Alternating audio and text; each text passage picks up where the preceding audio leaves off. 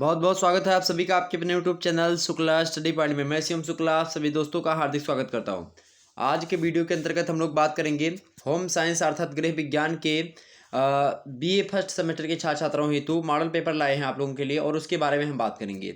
अर्थात ये model paper जो होगा आपका लिखित मॉडल पेपर होगा। लिखित कहने का तात्पर्य यहाँ पर ये है कि ऐसे छात्र जिनकी परीक्षा लिखित होनी है अर्थात सब्जेक्टिव टाइप की होनी है, अर्थात जिनमें लघु उत्तरीय, अति लघु उत्तरीय और दीर्घ उत्तरीय टाइप के प्रश्न पूछे जा रहे हैं, उस टाइप की जो परीक्षा है, जैसे कि डॉक्टर राम मनोहर लोहिया या इसी प्रकार से जो अन्य विश्वविद्यालय हैं जिनकी परीक्षा लिखित होने वाली है, तो आपकी अगर यूनिवर्सिटी की परीक्षा लिखित होने वाली है तो आप सभी विश्वविद्यालयों के लिए यह लेक्चर बहुत ही हेल्पफुल होने वाला है। और आपको बता दें, ऑब्जेक्टिव का मॉडल पेपर इससे पहले हमने आपको लोगों को समस्त जो है चैप्टर का दे दिया है। आप लोग अगर नहीं देखें तो देख लीजिएगा उन सभी वीडियोज़ को। और ये बता दें, ये लेक्चर जो होगा वो ऑब्जेक्टिव वालों के लिए भी हेल्पफुल होगा बहुत ज़्यादा, और लिखित वालों के लिए तो हेल्पफुल होगा। तो इसीलिए दोनों के छात्र छात्राएं हैं तो आप दोनों, चाहे आपकी परीक्षा ऑब्जेक्टिव हो चाहे आपकी परीक्षा लिखित हो, आपको देखना यह जो है अनिवार्य है, और बहुत ही अच्छा रहेगा अगर आप लोग इसको देखेंगे। ओके, क्योंकि इसमें बताई गई जो जानकारी होगी उससे बहुत ज़्यादा ऑब्जेक्टिव टाइप के प्रश्न फंसेंगे, और बहुत ज़्यादा अगर जानकारी जो हमें बताएंगे आपको, उनमें से लगभग लगभग बता दूं कि लगभग 40% जो होंगे वो बहुविकल्पीय टाइप के प्रश्न फंसने के चांसेस हैं, मात्र एक वीडियो से, इसी वीडियो से। बाकी आप जो है हमने ऑब्जेक्टिव का मॉडल पेपर दे दिया है, उसको भी देख लीजिएगा, आपका काम हो जाएगा। ओके, बाकी एक हमने जो है महासंग्राम वीडियो दी है, उसको भी देख लीजिएगा, वो भी दोनों ऑब्जेक्टिव प्लस सब्जेक्टिव दोनों लोगों के लिए है। ओके, तो होम साइंस अर्थात गृह विज्ञान का मॉडल पेपर है ये 2022 की परीक्षा के लिए। आने वाली जो परीक्षाएं होगी 2023-24 की और 25-26, इन सभी के लिए भी लेक्चर यहाँ इंपॉर्टेंट होगा, क्योंकि सिलेबस तब आपका वही होगा।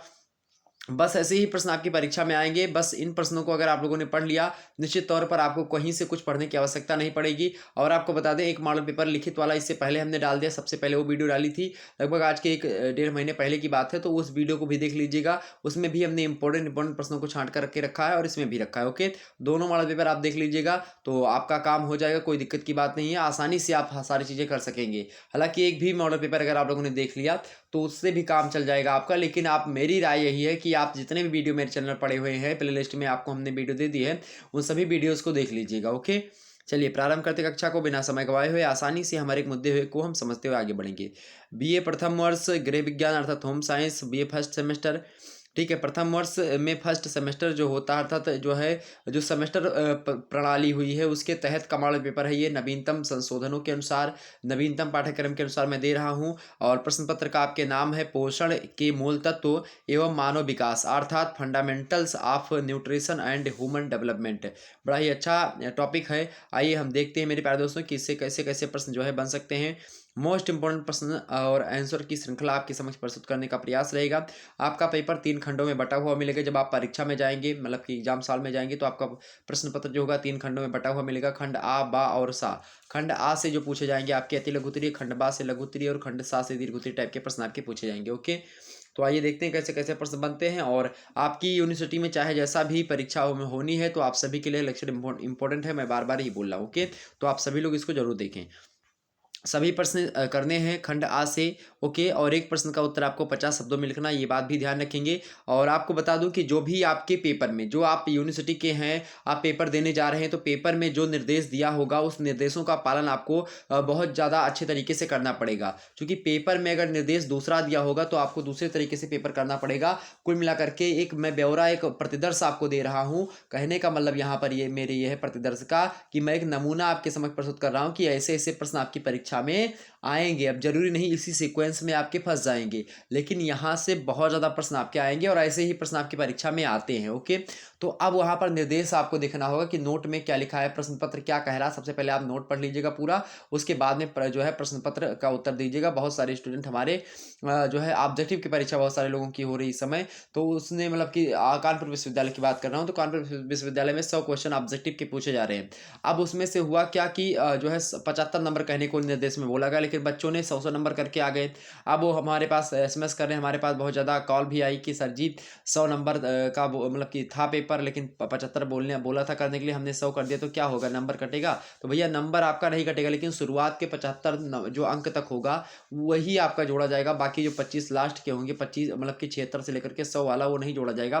तो शुरुआत के 75 प्रश्नों के जो आपने उत्तर दिए होंगे वही मान्य होगा। बाकी 25 के 25 अगर आप सही करें 76 के बाद वाले, तो वो नहीं माना जाएगा। इससे आपको बहुत बड़ा घाटा हो जाता है। इसीलिए आप लोग क्या करें, आप लोग जो है निर्देशों का पालन अवश्य देखें। ओके, तो चलिए मैं आपको दिखा देता हूं भाई। पहला प्रश्न आपके समक्ष है जो अति लघुत्तरीय टाइप का होता है। अति लघुत्तरीय टाइप को 50 शब्दों में आपको लिखना होता है। पहला प्रश्न आपके समक्ष है कि कोशिका की परिभाषा दीजिए एवं उसके प्रकार बताइए। कोशिका की परिभाषा दीजिए एवं उसके प्रकार बताइए। तो कोशिका की परिभाषा हम कैसे दे सकते हैं, आइए आपको बता देते हैं। कोशिका क्या होती है, सबसे छोटी, शरीर की सबसे छोटी जो इकाई होती है वही होती है आपकी कोशिका। कोशिका को अंग्रेजी में सेल कहते हैं, बात ध्यान रखेंगे। तो प्रत्येक जीवधारी का शरीर जो होता है अनेक छोटी छोटी संरचनाओं से मिलकर के बना हुआ होता है, और यही जो अनेक छोटी छोटी संरचनाएं होती हैं यही कोशिका के नाम से जानी जाती हैं। इतनी बात क्लियर होगी आपकी। आगे अगर आप लिखना चाहें तो इसमें लिख सकते हैं कोशिका जो होती है सभी अजीवों की रचनात्मक एवं क्रियात्मक इकाई होती है। ये भी आपका बढ़िया पॉइंट है, ठीक। तो ये बढ़िया पॉइंट आपका था। और अगर आपसे ऑब्जेक्टिव में प्रश्न पूछेगा तो यही पूछेगा कि शरीर की सबसे छोटी इकाई कौन सी होती है, तो जो है कोशिका होती है। विभिन्न कोशिकाओं के समूह को क्या कहते हैं, ऊतक कहते हैं। ये सब प्रश्न पूछ सकता है। ओके, ऊतक कितने प्रकार के होते हैं, ये ऑब्जेक्टिव में प्रश्न पूछेगा तो आप बताएंगे 5 प्रकार के होते हैं। उपकला ऊतक, संयोजी ऊतक, पेशी ऊतक, तंत्रिका ऊतक और जनन ऊतक। ये 5 प्रकार के आपके ऊतक होते हैं। ऐसे एग्जाम से प्रश्न ऑब्जेक्टिव में पूछेगा। ओके, तो हालांकि यहाँ पर कोशिका की परिभाषा को देते हुए एक व्यक्ति हैं आइलिन पियर्स, और आइलिन पियर्स के महोदय के अनुसार अगर हम देखें, उन्होंने अपनी शब्दावलियों में कहने का प्रयास किया कोशिका के बारे में।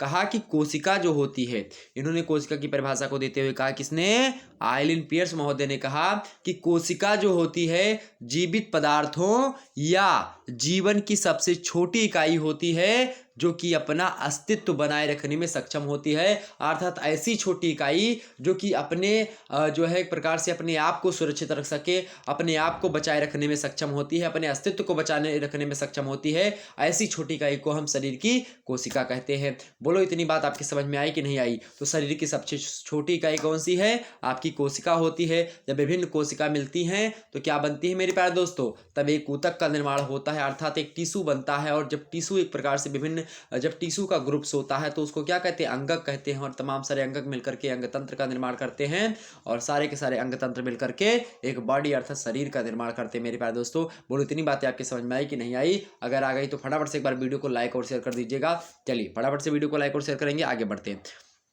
तो अगर आपसे कभी कभी ये भी प्रश्न पूछा आता है कि कोशिका कितने प्रकार की होती है, ऑब्जेक्टिव में प्रश्न पूछेगा कोशिका कितने प्रकार की होती है, तो कोशिका 2 प्रकार की होती है। कितने प्रकार की होती है कोशिका, कोशिका आपकी 2 प्रकार की होती है। पहली कोशिका का क्या नाम है, प्रोकैरियोटिक कोशिका। दूसरी कोशिका कौन सी होती है, यूकैरियोटिक कोशिका। तो प्रोकैरियोटिक कोशिका क्या होती है, प्रोकैरियोटिक कोशिकाओं में केंद्रक झिल्ली एवं केंद्रिका का क्या होता है, केंद्रिका का अभाव होता है। जैसे कि जो जीवाणु कोशिकाएं होती हैं, जैसे कि जो नीली हरी शैवाल होती हैं, जो आप देखते हैं गांव वगैरह में तालाब में जो सवार होता है ना, वही होता है जो शैवाल जिसको कहते हैं, उसी को सवार कहा जाता है गाँव देहाती भाषा में। तो वो चीज़ है। ओके, क्लियर होगी बातें। तो जीवाणु कोशिका प्रोकैरियोटिक कोशिका के अंतर्गत आती हैं, जबकि जो दूसरे प्रकार की कोशिका है यूकैरियोटिक कोशिकाएं, तो ये कोशिकाएं ऐसी कोशिकाएं होती हैं जिनमें क्या होता है, केंद्रक झिल्ली एवं केंद्रिका दोनों पाए जाते हैं। जबकि प्रोकैरियोटिक कोशिका में क्या होता है, केंद्रक झिल्ली एवं कोशिका दोनों की कमी होती है, दोनों नहीं पाए जाते हैं, दोनों कम मात्रा में पाए जाते हैं।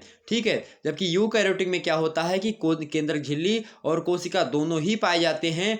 और जब किसी भी कोशिका में या ऐसे केंद्रक में जहाँ पर ऐसी कोशिकाओं में जहाँ पर केंद्रक झिल्ली और कोशिका दोनों पाए जाते हैं, उसी कोशिका को हम यूकैरियोटिक कोशिका कहते हैं। इसमें जैसे कि जो हमारे मनुष्य के शरीर की जो कोशिका होती है उसको हम क्या कहते हैं, वो कोशिका आपकी यूकैरियोटिक कोशिका के अंतर्गत आती है। जैसे पेड़ पौधों में जो कोशिकाएं होती है जनरली वो यूकैरियोटिक कोशिकाएं होती है, लेकिन जो शैवालों में होती हैं, विभिन्न जीवाणुओं में होती छोटे छोटे, उनको हम क्या कहते हैं, उनको प्रोकैरियोटिक कोशिका कहते हैं। बोलो इतनी बात समझ में आई। ठीक है, कभी कभी आपसे पूछता है कि कोशिकांग क्या होता है, या कोशिकांग से आप क्या समझते हैं।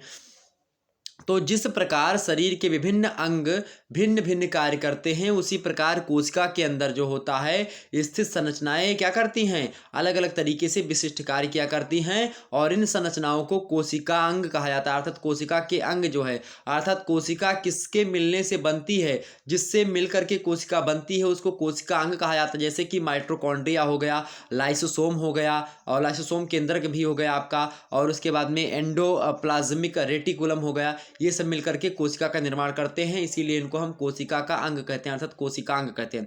माइक्रोकॉन्ड्रिया क्या होती है? तो माइक्रोकॉन्ड्रिया की बात करें तो माइक्रोकॉन्ड्रिया जो होती है कोशिका का ऊर्जा गृह इसको कहा जाता है। माइक्रोकॉन्ड्रिया को कोशिका का ऊर्जा गृह अर्थात ऊर्जा का घर कहा जाता है, क्योंकि इसके द्वारा क्या होता है, इसके द्वारा ग्रहण किए गए जो भोजन होते हैं, जो हम लोग भोजन ग्रहण करते हैं, भोजन खाते हैं, वो जो भोजन होते हैं उनका ऑक्सीकरण करने का कार्य माइक्रोकॉन्ड्रिया करती है। और जब ऑक्सीकरण होता है उसके परिणाम स्वरूप क्या होता है, एटीपी के रूप में ऊर्जा क्या होती है, मुक्त होती है। तो ये कार्य होता है किसका, माइटोकॉन्ड्रिया का। देखिए बात की जाए लाइसोसोम की, तो लाइसोसोम जो होता है वो मुख्य इसका कार्य जो होता है वो पाचन का होता है। पाचन करने में लाइसोसोम महत्वपूर्ण भूमिका निभाता है और कोशिका के अपशिष्ट पदार्थों का भक्षण करके उसे कोशिका झिल्ली के बाहर भेजने का कार्य लाइसोसोम आपका करता है। लाइसोसोम के द्वारा बाह्य रोग कारक आदि का जो भक्षण होता है उनके सभी मतलब कि कर देता है ये, और उसके कारण से जो कोशिका होती है उसकी रक्षा हुआ करती है। तो ये कई चीज़ें थी जो लाइसोसोम के बारे में हमने आपको बता दी। कोशिका सिद्धांत का प्रतिपादन किसने किया था? अगर आपसे ऑब्जेक्टिव में प्रश्न पूछता है तो कोशिका सिद्धांत का प्रतिपादन किया था किसने? तो किया था मेरे प्यारे दोस्तों एक वनस्पति विज्ञान शास्त्री हैं स्लाइडन, उन्होंने करा था, और एक व्यक्ति हैं जंतु विज्ञान शास्त्री हैं वो, उनका नाम है स्वान। तो स्लाइडन और स्वान ने मिल करके कोशिका के सिद्धांत का प्रतिपादन 1839 ईस्वी की बात है उसी में किया था। कौन कौन है भाई? तो एक व्यक्ति हैं जो है आपके, उनका नाम है स्लाइडन। स्लाइडन वनस्पति विज्ञान शास्त्री हैं और जो स्वान है वो जंतु विज्ञान शास्त्री हैं। इन दोनों ने मिलकर के 1839 ईस्वी में 1839 में कोशिका का अर्थात जो सेल जो है थ्योरी को प्रतिपादित किया, कोशिका के सिद्धांत को प्रतिपादित किया। ओके, ये बात ध्यान रखेंगे। और इस सिद्धांत के अनुसार बताया गया कि सभी जीवों का शरीर एक या अधिक कोशिकाओं से मिलकर के बना हुआ होता है और सभी कोशिकाओं की उत्पत्ति पहले से उपस्थित किसी कोशिका से ही होती है। ये बात कोशिका के सिद्धांत के अंतर्गत स्लाइडन और स्वान महोदय ने बताई। ओके, इतनी बात आपके समझ में आ गई। तो अब आगे हम बढ़ते हैं और भी मुद्दों को हम समझने का प्रयास करते हैं। अगला प्रश्न आपके समक्ष है, लाइसोसोम को आत्महत्या की थैली क्यों कहा जाता है? लाइसोसोम को आत्महत्या की थैली क्यों कहा जाता है भाई? तो लाइसोसोम जो होता है वो कोशिका की मतलब कि कोशिका की आत्महत्या की थैली इसको कहा जाता है। किसकी? कोशिका की आत्महत्या की शैली जो है थैली कहा जाता है। किसको? लाइसोसोम को। क्यों कहा जाता है? क्योंकि कई बार क्या होता है, यह थैली जो होती है, ये जो कोशिका की जो थैली लाइसोसोम होती है ये कभी कभी फट जाती है, और जब फट जाती है तो इसके बाद में क्या होता है, जो पाचक एंजाइम्स होते हैं वो कोशिका द्रव्य जो होती है उससे बाहर निकल जाते हैं। अब प्रश्न उठता है, ये सर जी कोशिका द्रव्य क्या होते हैं? तो कोशिका द्रव्य की अगर बात की जाए तो कोशिका झिल्ली एवं केंद्रक झिल्ली के बीच स्थित द्रव्य को कोशिका द्रव्य के नाम से जाना जाता है। कोशिका द्रव्य जो होता है पारदर्शक होता है, रंगहीन होता है और जेली के समान ये पदार्थ एक प्रकार से होता है। और कोशिका द्रव्य में आपका कार्बोज, वसा, लवण, नाइट्रेट, शर्करा ये सब जो है कुछ कुछ मात्रा में आपके मिलेंगे, और कार्बनिक अम्ल भी आपकी मात्रा में पाए जाते हैं। कार्बनिक जो है लवण में नाइट्रेट, सल्फट जो है सल्फेट हो गया, ये सब पाए जाते हैं। तो कई प्रकार के तत्व इसमें कोशिका द्रव्य में पाए जाते हैं। तो ये बात आप ध्यान रखेंगे। तो लाइसोसोम को आत्महत्या की थैली इसीलिए कहा जाता है क्योंकि क्या होता है, कई बार लाइसोसोम की झिल्ली जो होती है या थैली जो होती है वो फट जाती है। इसके परिणाम स्वरूप क्या होता है कि जो पाचक एंजाइम्स होते हैं वो कोशिका द्रव्य से क्या होते हैं, बाहर निकल जाते हैं। मेरे प्यारे दोस्तों क्या होते हैं, बाहर निकल जाते हैं। और जब कोशिका क्या होता है, जब बाहर निकल जाते हैं और तब क्या होती है, कोशिका के दूसरे कोशिकांगों का भक्षण करने लगते हैं। जो कोशिका होती है कोशिका के दूसरे कोशिकांगों का भक्षण करने लगते हैं। कौन? जो है एक प्रकार से जो एंजाइम्स होते हैं, जिसके कारण से पूरी कोशिका क्या होती है, समाप्त हो जाती है। इसीलिए इसको क्या कहा जाता है, कोशिका की आत्महत्या की थैली कहा जाता है। किसको? लाइसोसोम को। चूंकि इसके कारण से क्या होता है, कभी कभी थैली फट जाने के कारण से जो पाचक एंजाइम्स होते हैं कोशिका द्रव्य से बाहर निकल जाते हैं और कोशिका के दूसरे कोशिकांगों का भक्षण ही करने लगते हैं एंजाइम्स जो होते हैं। और इसके कारण से होता क्या है कि कोशिका जो है वो पूरी की पूरी समाप्त हो जाती है। तो जब वो समाप्त हो जाती है इसीलिए इसको आत्महत्या की थैली कहा जाता है। ये बात क्लियर हो गई? ये बात क्लियर हो गई। कोशिका के सिद्धांत की खोज मेरे प्यारे दोस्तों 1839 में करी थी। किसने? 1839 में जो है वनस्पति विज्ञान शास्त्री स्लाइडन और जंतु विज्ञान शास्त्री स्वान ने। लेकिन अगर आपसे पूछा जाए ऑब्जेक्टिव प्रश्नों में कि कोशिका की खोज सर्वप्रथम किसने करी थी, कोशिका की खोज किसने करी थी, तो कोशिका की खोज करी थी रॉबर्ट हुक ने। 1665 ईस्वी में रॉबर्ट हुक ने मृत कोशिकाओं की खोज करी थी। किस कोशिकाओं की? मृत कोशिकाओं की खोज करी, पहला पॉइंट। दूसरा पॉइंट ये है कि 1679 ईस्वी में 1600 मतलब कि 1679 में एंटोनी वान ल्यूवेनहॉक ने जीवित कोशिका की खोज करी। तो आपसे पूछेगा जीवित कोशिका की खोज कब हुई? 1679 ईस्वी में हुई। किसने करी? एंटोनी वान ल्यूवेनहॉक महोदय ने करी। जबकि आपसे कहे मृत कोशिकाओं की खोज किसने करी? तो 1665 ईस्वी में रॉबर्ट हुक महोदय ने करी। किसने? रॉबर्ट हुक महोदय ने करी। इतनी बात क्लियर होगी आपकी। एग्जाम से प्रश्न पूछा जाए आप आसानी से कर लेंगे ना, चाहे ऑब्जेक्टिव पूछा जाए चाहे लिखित पूछा जाए। ओके, ये बात ध्यान रखेंगे। कभी कभी आपसे अगर एग्जाम से प्रश्न पूछे कि जो है डीएनए का फुल फॉर्म क्या होता है, तो डीएनए का फुल फॉर्म होता है D oxy ribo nucleic acid. RNA का फुल फॉर्म होता है राइबो न्यूक्लिक एसिड। एटीपी का फुल फॉर्म होता है एडीनोसिन ट्राइफॉस्फेट। डीपीटी का फुल फॉर्म होता है डिप्थीरिया परट्यूसिस टेटनस। और बीसीजी का फुल फॉर्म होता है बैसिलस कॉलमेटग्यूरिन।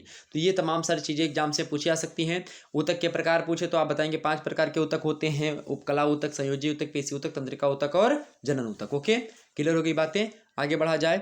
चलिए, आपसे पूछेगा कोशिका का अध्ययन क्या कहलाता है? तो कोशिका का अध्ययन को क्या कहते हैं भाई? कोशिका का अध्ययन कोशिका विज्ञान के द्वारा या फिर कोशिका जैविकी के नाम से आना था। अर्थात चाहे आप साइटोलॉजी बोले और चाहे आप सेल बायोलॉजी बोले। ओके, ये बात क्लियर होगी आपकी। चलिए आगे बढ़ते हैं और भी मुद्दों को हम समझने का प्रयास करते हैं। अगला प्रश्न आपके समक्ष आ चुका है मेरे प्यारे दोस्तों। अगला प्रश्न, तीसरा नंबर प्रश्न देखेंगे कि बड़ी आंत के कितने भाग होते हैं? बड़ी आंत के कितने भाग होते हैं भाई? तो बड़ी आंत के जो है 3 भाग होते हैं। कितने भाग होते हैं बड़ी आंत के? 3 भाग होते हैं। पहला भाग होता है आपका कौन? पहला भाग है कोलोन। पहला भाग क्या है? कोलोन। दूसरा भाग कौन सा होता है? रेक्टम। तीसरा भाग कौन सा होता है? एनस। क्या? एनस। पहला भाग। तो बड़ी आंत के 3 भाग होते हैं। पहला भाग कोलोन, दूसरा भाग रेक्टम, तीसरा भाग एनस। अगर यहीं पर आपसे प्रश्न पूछ लिया गया होता कि छोटी आंत के कितने भाग होते हैं, तो छोटी आंत के भी 3 भाग होते हैं। छोटी आंत के भी 3 भाग होते हैं। पहला होते छोटी आंत का भाग है डायनोडियम। क्या? डायनोडियम। और दूसरा कौन सा भाग होता है? दूसरा होता है जेजियूनम। क्या होता है? जेजियूनम। और तीसरा जो भाग है इसका नाम है इलियम। क्या? इलियम। तो ये बात हो गई आपकी छोटी आंत और बड़ी आंत की। ये हमने आपको बता दिया, कोई दिक्कत की बात नहीं होनी चाहिए। ओके, आगे बढ़ा जाए। चलिए आगे बढ़ते हैं और भी मुद्दों को हम समझने का प्रयास करते हैं। अगला प्रश्न आपके समक्ष है, चौथा नंबर प्रश्न देखने का प्रयास करेंगे। प्रोटीन प्राप्ति के 5 वानस्पतिक एवं 5 पशुजन्य स्रोत बताइए। वानस्पतिक और पशुजन्य का तात्पर्य यहाँ पर क्या होता है भाई? वानस्पतिक और जो है वानस्पतिक एवं पशुजन्य स्रोत से क्या मतलब होता है? तो वानस्पतिक मतलब होता है ऐसे पदार्थ जिनसे मतलब कि जो वनस्पति हों, ऐसे पदार्थ जो कि जो है वनस्पति कही जाती हैं, या फिर जो है जैसे कि दाल हो गई आपकी, सोयाबीन, ये सब जो होते हैं वानस्पतिक द्रव्य जो है पदार्थ है। जबकि पशुजन्य पदार्थ जैसे कि अंडा, मछली, दूध, मतलब कि जो आपका होगा दूध हो गया, ये सब। ठीक, तो ये है जंतु वाले। तो आपसे पूछ रहा कि प्रोटीन हमको कहाँ से मिलते हैं? तो 5 ऐसे पेड़ पौधों के नाम बताएं जहाँ से हमको प्रोटीन मिलती है, और 5 जो है पशु से बताएं जिससे हमको प्रोटीन की प्राप्ति होती है। आइए समझते हैं भाई। तो पहली बात यहाँ पर ये, आप वानस्पतिक स्रोत की अगर बात करो तो पहला लिखिएगा दालों से हमको जो है प्रोटीन मिलती है खूब अधिक मात्रा में। तो पहली क्या? दालें। दूसरी क्या लिखेंगे? सोयाबीन। क्या लिखेंगे? सोयाबीन। सोयाबीन से भी प्रोटीन अधिक मात्रा में मिलती है। उसके बाद में सूखे मेवों से, किससे? सूखे मेवे से हमको प्रोटीन मिलती है अधिक मात्रा में। उसके बाद में तिलहन से हमको मिलती है। ओके, ये सब वानस्पतिक स्रोत हैं। और 5वां आप लिखेंगे हरी सब्जियां। क्या? हरी सब्जियां। तो ये 5 पदार्थ हो गए आपके किसके? वानस्पतिक हो गए प्रोटीन प्राप्ति के। जबकि अगर बात की है पशुजन्य की, तो पशुजन्य स्रोत में आप लिखेंगे पहला कौन सा हो गया आपका? अंडा। दूसरा कौन सा हो सकता है आपका? दुग्ध हो गया। ठीक है, ये भी पशुजन्य ही है। तीसरा आपका हो गया मांस, मछली। ठीक। चौथा आपका कौन सा होगा? पनीर भी किससे बनता है? तो दूध ही से बनता है। दूध किससे आता है? भैंस, गाय से, इन सब से आता है। 5वां कौन सा होगा आपका? दही। तो ये सब आप लिख सकते हैं पशुजन्य स्रोत हैं नीचे वाले। और ऊपर वाले कौन से हो गए आपके? ये तो पशुजन्य स्रोत और वानस्पतिक स्रोत आपके हमने आपको बता दिया, कोई दिक्कत की बात नहीं होनी चाहिए। एक दिन की अगर बात करूं तो एक दिन की बात करी जाए तो प्रोटीन की प्रतिदिन की आवश्यकता जो होती है, आप बता सकते हैं। यदि कोई व्यक्ति 40 किलोग्राम का है, यदि कोई व्यक्ति 40 जो है किलोग्राम का है, तो उसे 40 ग्राम प्रोटीन एक दिन की आवश्यकता है। कोई व्यक्ति 50 ग्राम का मतलब कि 50 किलोग्राम का है, तो उसे 50 ग्राम प्रोटीन दिन भर में आवश्यक होती है। अगर एक मतलब क्विंटल का है तो उसको लगभग बात की जाए 100 ग्राम प्रोटीन की आवश्यकता उसको पड़ेगी। ओके, तो ये अलग अलग जो है वेट के हिसाब से अलग अलग जो है बताया गया है। तो इसका सूत्र होता है प्रोटीन की आवश्यकता का कि जो है 1 ग्राम प्रोटीन बटे किलोग्राम शरीर का भार। ठीक, ये इसका सूत्र होता है। आगे बढ़ा जाए और अगले मुद्दों को हम समझने का प्रयास करते हैं। 5वां नंबर प्रश्न है, और अगला मॉडल पेपर मेरा लिखित वाला देख लीजिएगा, दोनों मॉडल पेपर देख लीजिएगा, बहुत ज़्यादा जानकारी हो जाएगी आपको और कोई दिक्कत की बात नहीं। वीडियो को 3 से 4 बार देख लीजिएगा, आप आसानी से उत्तर दे सकेंगे। अगला प्रश्न है, चयापचय किसे कहते हैं? चयापचय क्या होता है भाई? चयापचय को अंग्रेजी में क्या कहते हैं? मेटाबॉलिज्म कहते हैं। क्या कहते हैं? जो है मेटाबॉलिज्म कहते हैं। BMR एक आपने नाम सुना होगा, आधारीय चयापचय दर होती है BMR, बेसल मेटाबॉलिक रेट। आपसे एग्जाम से प्रश्न पूछ सकता है कि BMR मतलब का फुल फॉर्म क्या है। ऑब्जेक्टिव वालों आपसे प्रश्न पूछ सकता है कि BMR का फुल फॉर्म क्या होता है, तो आप बताएंगे बेसल मेटाबॉलिक रेट, अर्थात आधारीय चयापचय दर। और ये क्या होती है? आधारीय चयापचय दर ऊर्जा की वह मात्रा होती है जो जीवित मनुष्य की आंतरिक क्रियाओं को क्रियान्वित करने के लिए शरीर के भार के प्रति किलोग्राम के लिए 1 घंटे में प्रयोग में लाई जाती है, उसे हम आधारीय चयापचय दर कहते हैं। ठीक है, और संक्षिप्त रूप में इसे क्या कहते हैं? BMR के नाम से जानते हैं। इतनी बात क्लियर हो गई। तो अगला प्रश्न क्या आपसे पूछ रहा है भाई, चयापचय किसे कहते हैं? तो चयापचय क्या होता है? मेटाबॉलिज्म क्या होता है? तो रासायनिक क्रियाओं के अंतर्गत कोशिकाओं में 2 प्रकार के रासायनिक परिवर्तन होते हैं। पहला क्या होता है? कोशिका के टूटने की क्रिया को, कोशिका के टूटने की क्रिया को, अर्थात कोशिकाओं के टूटने की क्रिया को हम अपचय अर्थात कैटाबोलिज्म कहते हैं। किसको? कोशिकाओं के टूटने की क्रिया को अपचय अर्थात कैटाबोलिज्म कहते हैं, जबकि कोशिका वस्तु के बनने या निर्माण विधि को हम उपचय अर्थात एनाबोलिज्म कहते हैं। और जब यही कैटाबोलिज्म और एनाबोलिज्म साथ में मिलते हैं तो उसे हम क्या कहते हैं? उसी को हम चयापचय कहते हैं, अर्थात चयापचय बराबर अपचय प्लस उपचय। ठीक है, ये बात ध्यान रखेंगे। तो जब कोशिकाओं के टूटने की क्रिया होती है तो उसे हम अपचय कहते हैं, जबकि कोशिका वस्तु के बनने या निर्माण करने की बात होती है तब उसको उपचय कहते हैं, अर्थात एनालिज्म और कैटाबोलिज्म। समझ में आ गई बातें? Catabolism plus anabolism is equal to जो है मेटाबोलिज्म। करेक्ट हो गया? आगे बढ़ते हैं। 6वां नंबर प्रश्न है कि शरीर में कार्बोहाइड्रेट के कार्य बताइए। शरीर में कार्बोहाइड्रेट के कार्य बताइए। मोस्ट इंपॉर्टेंट प्रश्न एग्जाम से पूछ लिया गया भाई। शरीर में कार्बोहाइड्रेट के क्या कार्य होते हैं? कार्बोहाइड्रेट के शरीर में क्या कार्य होते हैं? ओके, प्रश्न पूछ लिया गया आपसे, शरीर में कार्बोहाइड्रेट के क्या कार्य होते हैं? कार्बोहाइड्रेट के क्या कार्य होते हैं? मोस्ट इंपॉर्टेंट प्रश्न पूछा गया आपसे। ठीक है, कार्बोहाइड्रेट के कार्य बताइए। तो आप क्या बताएंगे भाई? क्या बताएंगे? कार्बोहाइड्रेट जो होता है आपका, उसका कार्य क्या बताएंगे आप? पहला कार्य क्या बताएंगे? पहला कार्य आप लिखेंगे इसमें, शरीर में कार्बोहाइड्रेट के कार्य, पहला कार्य यह है कि कार्बोहाइड्रेट जो होता है शरीर को ऊर्जा प्रदान करता है। क्या? शक्ति प्रदान करता है। अर्थात आप अगर खाना ना खाओ तो आपके अंदर ऊर्जा क्षीण हो जाएगी और आप चलने फिरने योग्य नहीं बचेंगे, आपको थकावट महसूस होगी। तो वो थकावट जो होती है आपकी ऊर्जा से दूर होती है, आपके शरीर में जो कार्य करने की क्षमता होती है उसको बढ़ाता है। कौन? आपका कार्बोहाइड्रेट, अर्थात शरीर में ऊर्जा प्रदान करता है। दूसरी बात क्या होती है? शरीर को कार्य करने के लिए शक्ति प्रदान करता है। तीसरी बात आप लिख दीजिएगा, कार्बन जो कार्बोहाइड्रेट होता है प्रोटीन की भी बचत करता है, क्योंकि वह यह प्रोटीन पर पड़ने वाले ऊर्जा उत्पत्ति के बोझ को कम कर देता है। चौथी बात क्या है कि वसा के ऑक्सीकरण को सामान्य बनाए रखने में भी कार्बोहाइड्रेट जो होता है वो आपकी सहायता प्रदान करता है। और पांचवी बात आप लिख सकते हैं कि भोजन को स्वादिष्ट बनाना है, मतलब बनाता है कौन? कार्बोहाइड्रेट। और शरीर के तापक्रम को भी नियंत्रित रखता है कौन? कार्बोहाइड्रेट। अर्थात भोजन स्वादिष्ट कब बनता है? जब आपका भोजन मीठा होता है। तो मीठे में आप देखेंगे तो कार्बोहाइड्रेट पाया जाता है। ठीक, ये बात आप ध्यान रखेंगे। आगे बढ़ा जाए। अगर अगर और भी एग्जाम से प्रश्न आपसे पूछा सकता है, जैसे कि जल का कार्य पूछे कि जल का क्या कार्य होता है, तो हमने जल के कार्य को रखा है, लेकिन आपके जल पानी का कार्य बता दूं आपको। शरीर में पहला कार्य क्या होता है पानी का कि शरीर के विभिन्न अंगों व द्रव्यों की रचना में भाग लेता है पानी। दूसरा कार्य पानी का ये होता है कि पानी जो होता है एक अच्छे घोलक के रूप में कार्य करता है। तीसरी बात यह है कि शरीर में ताप नियंत्रण के रूप में भी जो है पानी कार्य करता है।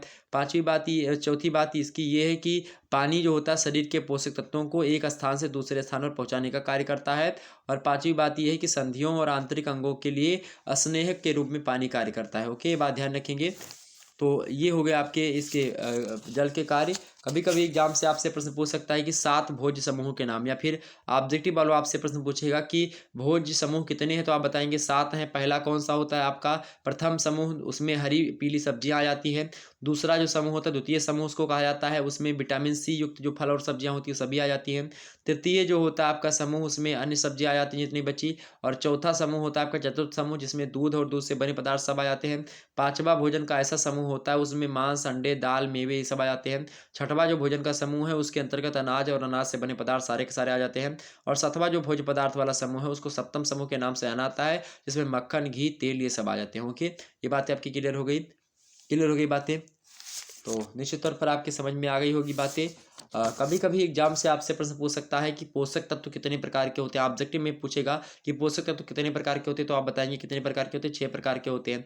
आपसे पूछेगा लिखित वालों की पोषक तत्व कितने प्रकार के होते हैं, लिखिए। तो आप क्या लिखेंगे, पहला का आपका लिखेंगे पोषक तत्व 6 प्रकार के होते हैं। पहला प्रोटीन, दूसरा कार्बोहाइड्रेट, तीसरा वसा, चौथा विटामिन, पांचवा खनिज लवण और छठवां कौन सा लिख देंगे, जल लिख देंगे। ओके, ये बात ध्यान रखें। सॉरी, 6 प्रकार के होते हैं। प्रोटीन जो है पोषक पोषक तत्व 6 प्रकार के होते हैं। भोज्य समूह आपके 7 प्रकार के होते हैं। ये सब आपको ध्यान रखने योग्य बातें। ओके, क्लियर हो गई बातें। कुपोषण कितने प्रकार का होता है भाई, तो कुपोषण मुख्य रूप से 3 प्रकार का होता है। अगर ऑब्जेक्टिव में प्रश्न पूछे कुपोषण कितने प्रकार का होता है तो क्या बताएंगे, कुपोषण 3 प्रकार का होता है। पहला कौन सा, आवश्यकता से अधिक पोषण। दूसरा कौन, अपर्याप्त पोषण। तीसरा कौन, पोषण असंतुलन। ये तीनों कुपोषण के ही जो है एक प्रकार से प्रकार हैं। तो क्लियर होगी बातें। अगर कभी कभी एग्जाम से प्रश्न आपसे पूछ लेता है मेरे प्यारे दोस्तों, कभी कभी एग्जाम से प्रश्न पूछ लेता है कि अमीनो एसिड कितने प्रकार के होते हैं, तो अमीनो एसिड 2 प्रकार के होते हैं। ऑब्जेक्टिव वालों आपसे प्रश्न पूछ सकता है अमीनो एसिड कितने प्रकार के होते हैं, 2 प्रकार के होते हैं आपके।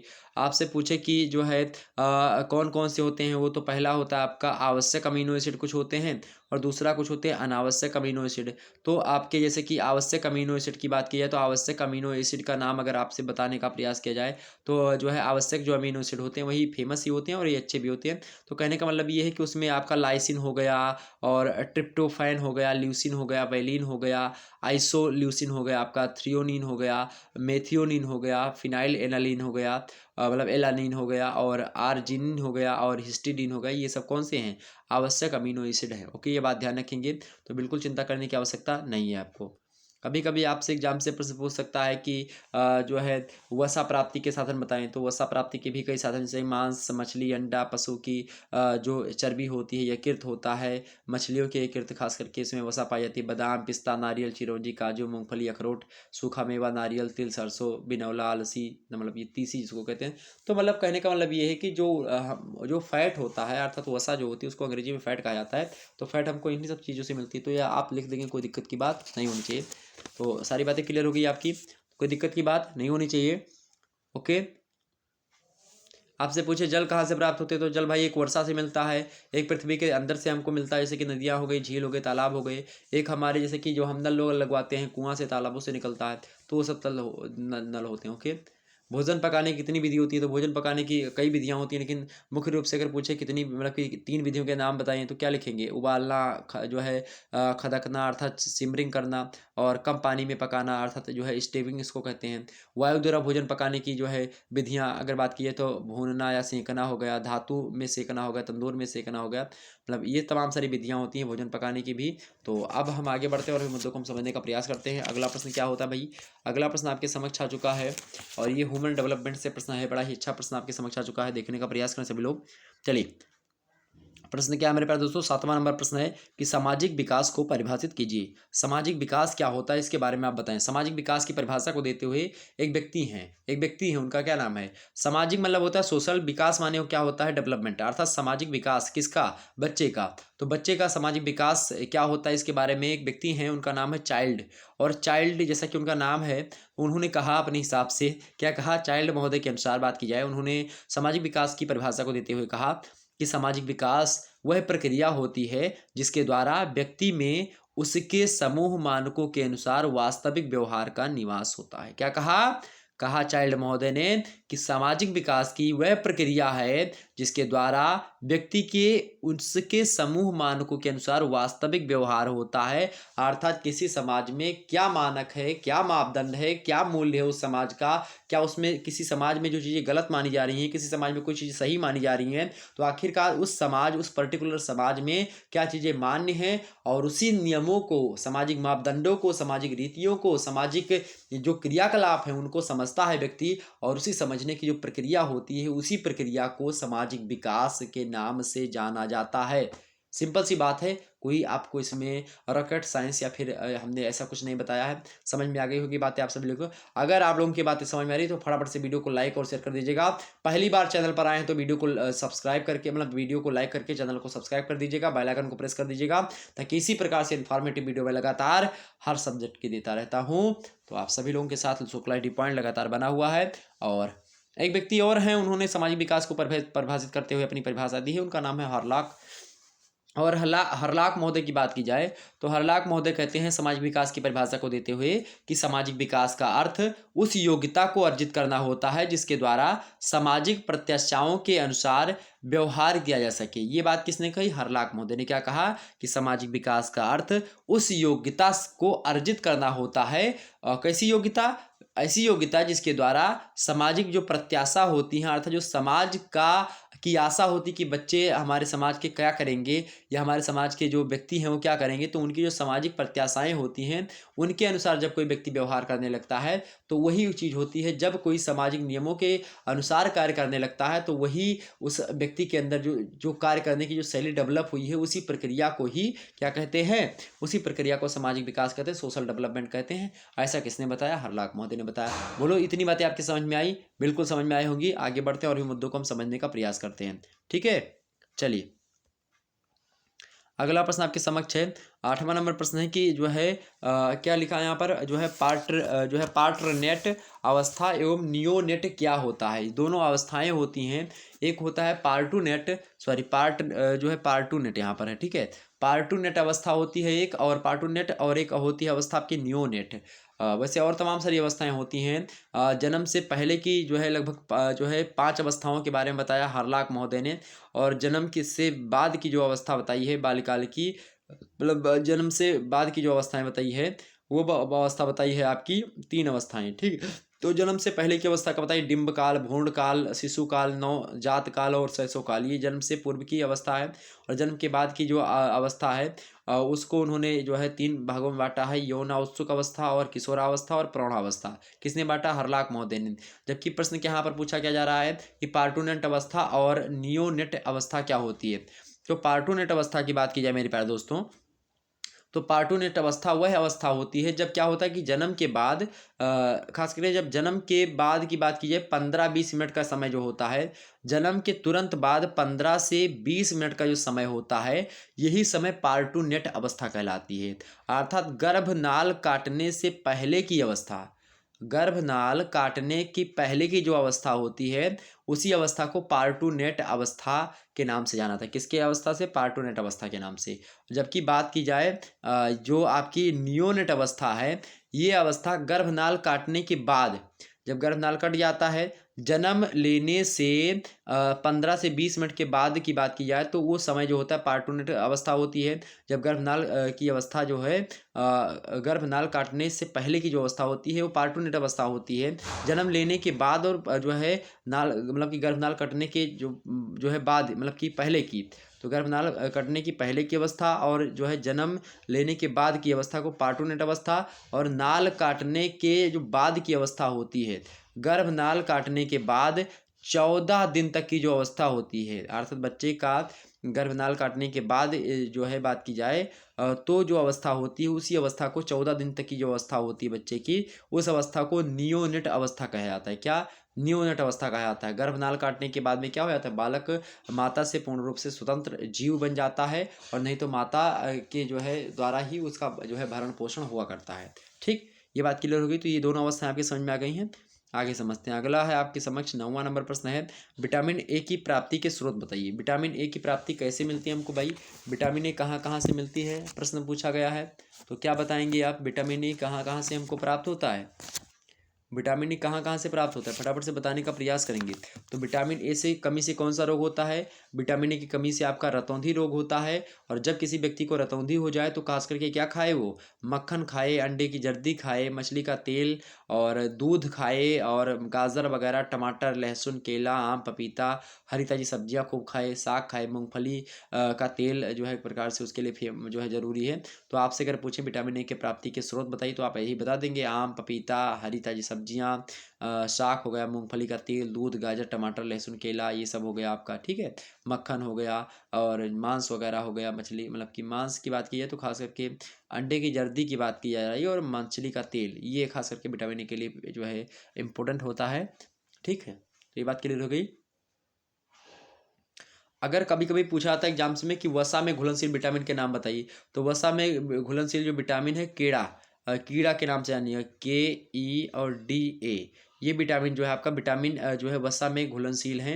ये कीड़ा जो होता है पानी में घुलता नहीं, निकल बगल वसा में रख दो तो तुरंत मिल जाता है। तो कहने का मतलब ये है कि विटामिन के, vitamin E, vitamin D, vitamin A, ये वसा में घुलनशील विटामिन है, जल में घुलनशील नहीं है। और जल में घुलनशील बाकी जो विटामिन बच्चे आपके से बी हो गया, सी हो गया, ये सब सारे के सारे क्या है, बी कॉम्प्लेक्स वगैरह सब जो है जल में घुलनशील हो जाते हैं। ओके, क्लियर होगी बातें।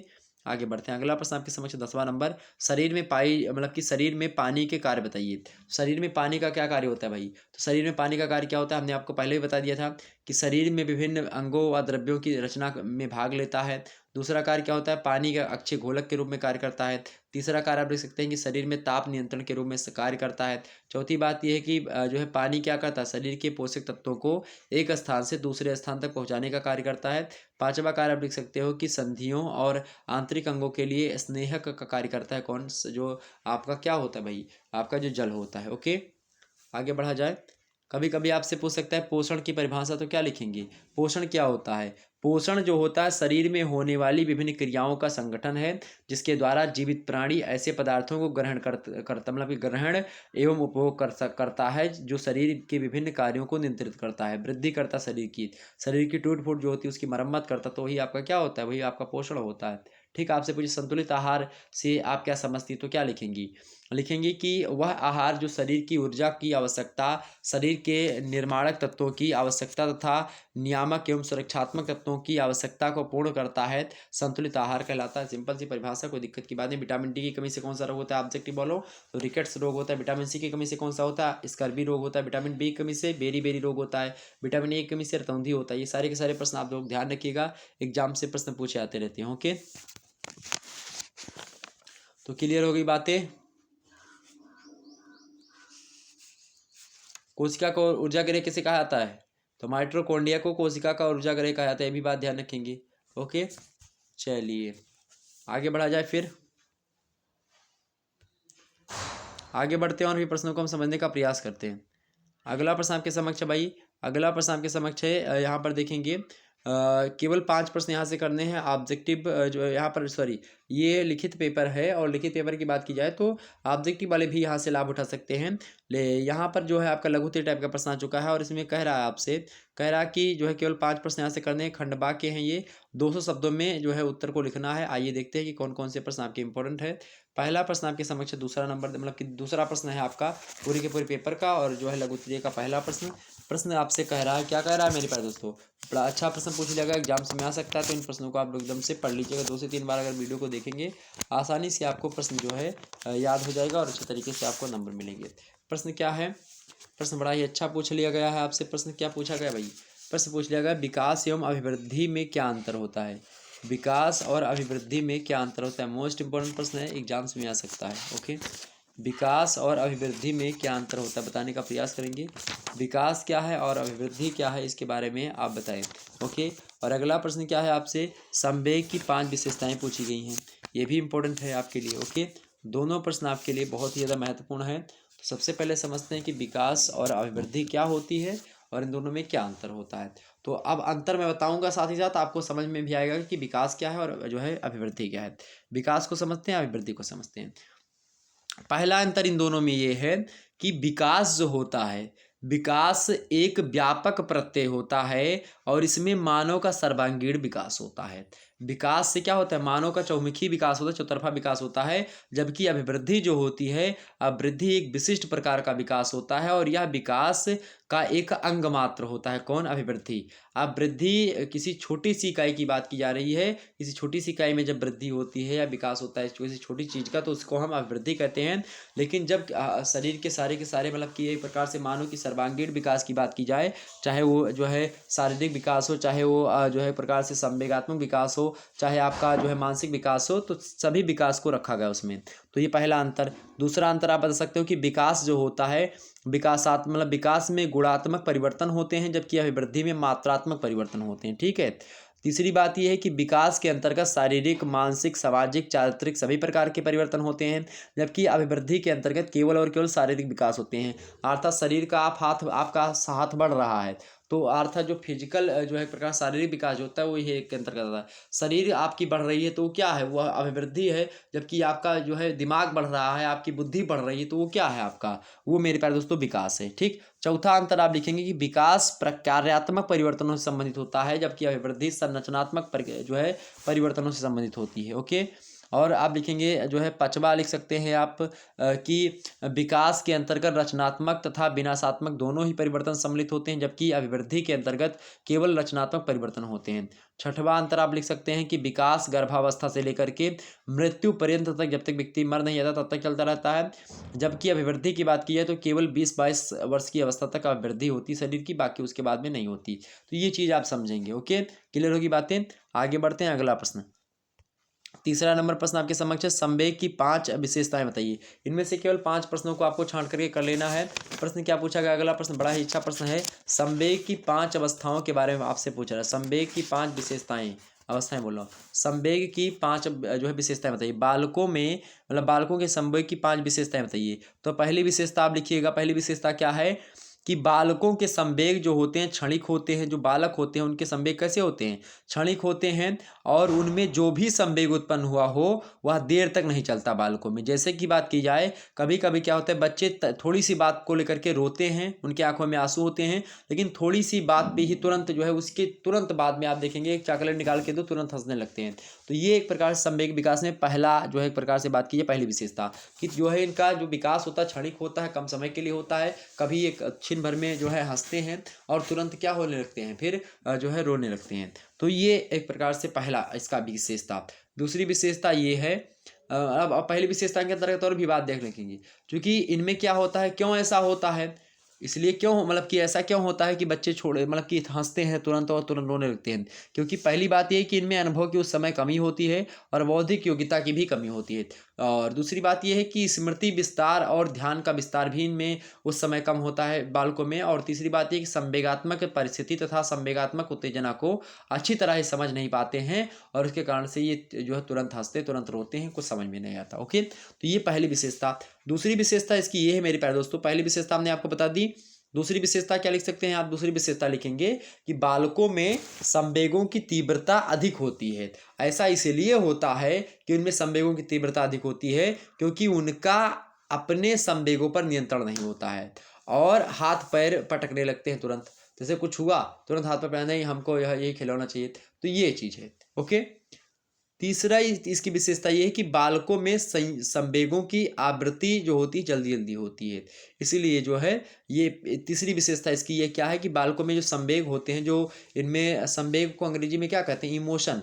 तो इनमें जो इमोशन होता है उसकी आवृत्ति क्या होती है, फ्रीक्वेंसी जो होती है इमोशन की, वो जल्दी जल्दी होती है। ठीक है। चौथी विशेषता इसकी ये लिख सकते हैं आप कि आयु वृद्धि के साथ साथ, जैसे जैसे उम्र बढ़ती है उसके साथ साथ बालकों के संवेगों की जो अभिव्यक्ति होती है उसके स्वरूप में भी परिवर्तन आने लगता है। चौथी विशेषता इसकी ये है, मतलब पांचवी विशेषता इसकी ये है कि बालकों के संवेगों की अभिव्यक्ति उनके मुख पर प्रकट होने लगती है कि हाँ वो खुशी हैं तो वो भी दिखाई पड़ेगा, दुखी हैं तो वो भी दिखाई पड़ेगा। और वे बेचैनी, रोना, चिल्लाना, नाखून काटना हुआ, अंगूठा चूसना हुआ, तुतलाना हुआ, ये तमाम सारी अनुक्रियाएं करने लगते हैं अपने संवेगों को प्रकट करने के लिए। और भी अंतर आप बता सकते हैं, वैसे 5 ही पूछा गया था, 5 हमने आपको बता दिया। ओके। चौथा प्रश्न आप देखेंगे। चौथा प्रश्न है कि शैशवावस्था के विशिष्ट सामाजिक व्यवहार बताइए। शैशवावस्था के विशिष्ट सामाजिक व्यवहार बताइए। शैशवावस्था के विशिष्ट सामाजिक व्यवहार बताइए। अच्छा प्रश्न है, आइए देख लेते हैं मेरे प्यारे दोस्तों कि शैशवावस्था के विशिष्ट कुछ सामाजिक व्यवहार कैसे, अर्थ जब बच्चा शैशव काल में होता है उस समय उसके कौन कौन से व्यवहार होते हैं। पहला व्यवहार ये है कि अवरोधी व्यवहार होता है उसका, अर्थ जब बालक में 1 वर्ष की अवस्था में यह व्यवहार जो होता है परिलक्षित होने लगता है, दिखाई पड़ने लगता है। शिशु रोकर अपने शरीर को जो है कड़ा करके इस प्रकार का व्यवहार प्रदर्शित करने लगता है, तो अवरोधी व्यवहार जो है इसी को कहते हैं। दूसरा इसका व्यवहार ये होता है ईर्ष्या, इसके अंदर होती है। खासकर शिशुओं की बात की जाए तो शिशुओं में ईर्ष्या का भाव जो होता है 9 महीने से लेकर के 12 महीने की जो है जो अवधि होती है अर्थात समय काल होता है, उस समय काल में जो है दिखाई पड़ने लगता है। और शिशुओं में ईर्ष्या उस समय दिखी जा सकती है जब वह खिलौनों के लिए झगड़ा करता है दूसरे बच्चों से। तो तीसरी बात विशेषता इसकी ये है, व्यवहार इसका बच्चे का ये होता है कि ये जो है अनुकरण करने लगता है। जैसे कि आप कोई कार्य कर रहे हो तो आपका तुरंत तुरंत कार्य सीख लेगा वो। जैसे कि आप कोई शब्द बोलोगे तो वो भी सीख लेगा, वही कहने लगेगा। ठीक है। जैसे कि शिशु सर्वप्रथम क्या करता है, अपनी मुख आकृति के माध्यम से, तत्पश्चात हाव भाव द्वारा, फिर भाषा के माध्यम से संपूर्ण व्यवहार प्रतिमान का अनुकरण करना सीखता है। अनुकरण वह प्रक्रिया होती है जिसकी सहायता से बालक सामाजिक प्राणी बनता है, और अनुकरण के द्वारा ही वो दूसरे व्यक्ति को देख देख करके वही कार्य करने लगता है। तो ये अनुकरण होता है। चौथी बात इसमें क्या होती है, व्यवहार, बच्चों के व्यवहार में ये शर्मीलापन इसके अंदर होता है। क्या होता है शर्मीलापन, जब शिशु जो होता है 1 साल का हो जाता है उस समय उसमें क्या होती है, उसमें शर्म थोड़ी थोड़ी दिखाई पड़ने लगती है। और विशेष रूप से जब बालक के समकक्ष कोई अपरिचित व्यक्ति आता है तो शर्माता है, अपने जो लोग होते हैं उसी में जाकर के चिपक जाएगा कि हाँ जो है, अब धीरे से उनको झांकेगा फिर बगल से। तो ये बच्चे में होता है। 5वीं चीज़ इसमें ये होती है कि सहयोग वाला सिस्टम होता है, सहयोग।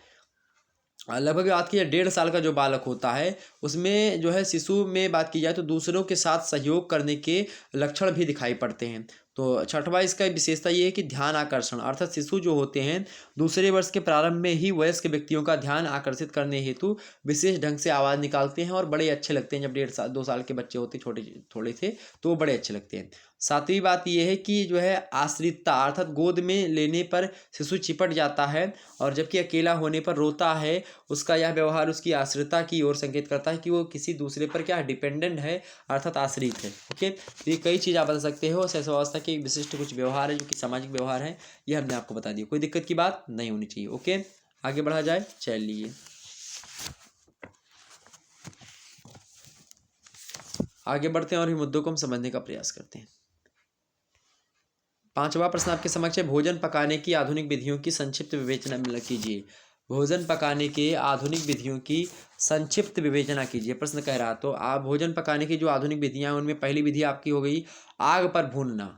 आग पर भूनना ये पहली जो है विशेषता, जैसे कि भोजन को आग पर भूनना पकाने का सबसे पुराना तरीका है, और यह भोजन पकाने की सबसे आसान विधि भी है। इसमें भोजन को सीधे लाल आंच पर रखते हैं, और चाहे जैसा वह गैस हो, चाहे बिजली के तार हो, चाहे कोयला मतलब कि कोयले से हो, चाहे जो है कंडे की लकड़ी हो, मतलब कोई लकड़ी हो, इससे जो है वहाँ पर भोजन बन जाता है।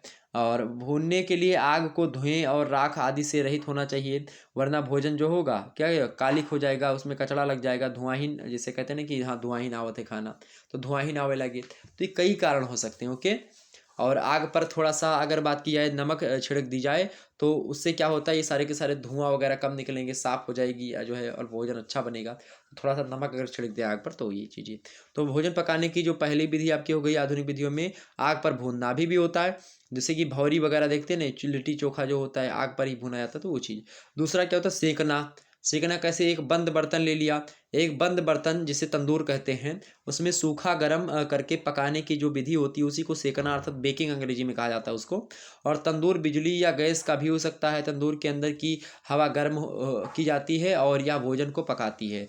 अच्छे परिणाम प्राप्त करने के लिए यह जरूरी है कि तंदूर में भोजन को ठीक तरह से रखा जाए और पूरे समय तक तापमान ठीक रहे। और जैसे बिस्कुट हो गया, डबल रोटी हो गया, केक हो गया, ये सब बेकिंग के द्वारा ही बनाए जाते हैं। ठीक है। तीसरी विधि होती है आपकी मिट्टी का तंदूर बना करके। जैसे मिट्टी का तंदूर बना लिया, और आम तंदूर या ओसन से थोड़ा सा भिन्न है। क्या मिट्टी का तंदूर जो होता है आम तंदूर से और ओसन के तंदूर से क्या होता है, भिन्न होता है।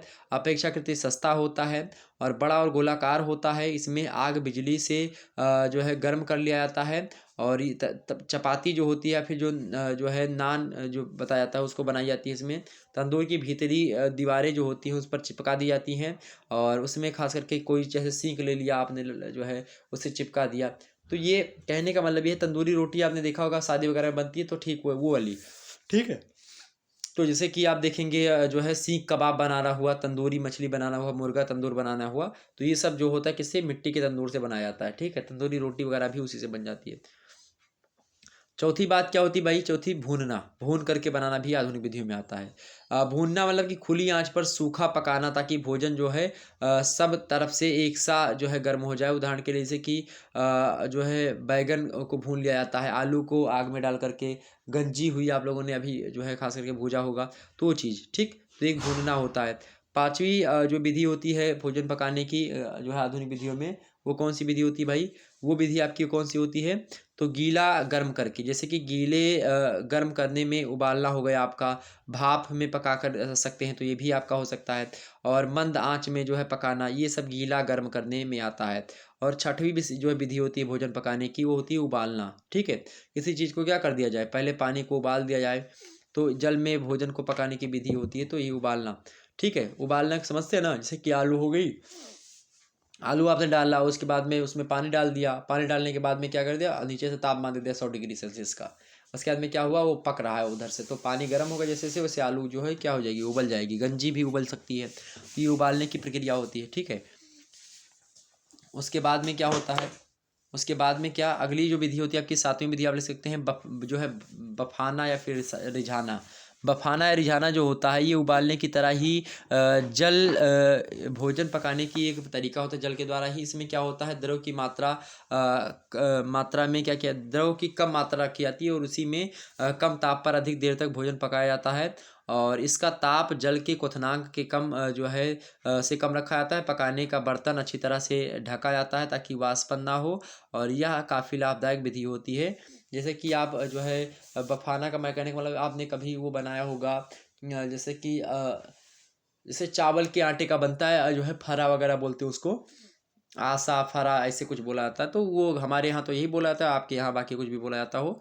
जैसे कि एक आपने जो है बड़ा सा लिया कोई भदेला या फिर कोई जो है भगोना ले लिया, उसमें क्या करा कि अंदर से पानी भर दिया, पानी को नीचे से गर्म कर दिया, पानी नीचे धीरे धीरे आग नीचे से आप दे रहे हैं, उसके बाद में उस पर सूती कपड़ा जो हुआ ऊपर से बांध दिया। उसमें सूती कपड़ा बांधने के बाद में थोड़ा सा उसमें सूती कपड़ा थोड़ा सा ढीला बांधे, ताकि उसमें जो है जब कोई जो है मटेरियल जो है चावल के आटे का जो बना हुआ मटेरियल है, उसमें दाल भर दिया, उड़द की दाल भर दिया, फिर जो है चने की दाल भर दिया, उसके बाद में उसको वहीं पर रख दिया, उस आइटम को जो आपने बनाया उसको उसमें रख दिया। रखने के बाद में क्या कर दिया, थोड़े से और जो है कोई कटोरा वगैरह है उससे, या फिर कोई बर्तन ऐसा जो ढकने लायक है आपके उस बर्तन पर, जो बर्तन जिसमें पानी भर के रखा है आपने, उस पर ढक दिया था। उसके बाद में वो तैयार हो जाता है। आपको पता होगा, कोई दिक्कत की नहीं, बात बताने की जरूरत भी नहीं है ज़्यादा, बस समझ में आ गई बातें ना।